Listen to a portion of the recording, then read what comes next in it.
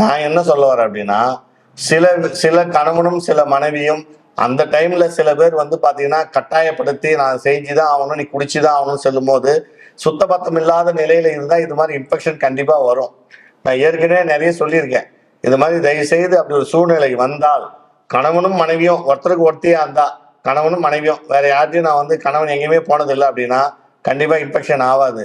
கணவன் யார்ட்டயாவது போயிட்டு தவறான முறையில எங்கேயாவது இது மாரி பழக்கத்த வழக்கத்த வச்சு ஆரோக்கியமா இருக்கிற மனைவி கிட்ட வந்து இது மாதிரி பண்ணிட்டாருன்னா அந்த மனைவிக்கு இன்ஃபெக்ஷன் வரலாம். இது வந்து தவறானது. இது பெரும்பாலும் வந்து சுத்தம் இல்லாம தான் நிறைய பேர் இருக்கிறாங்களே. இப்போ யூரின் போறாங்க.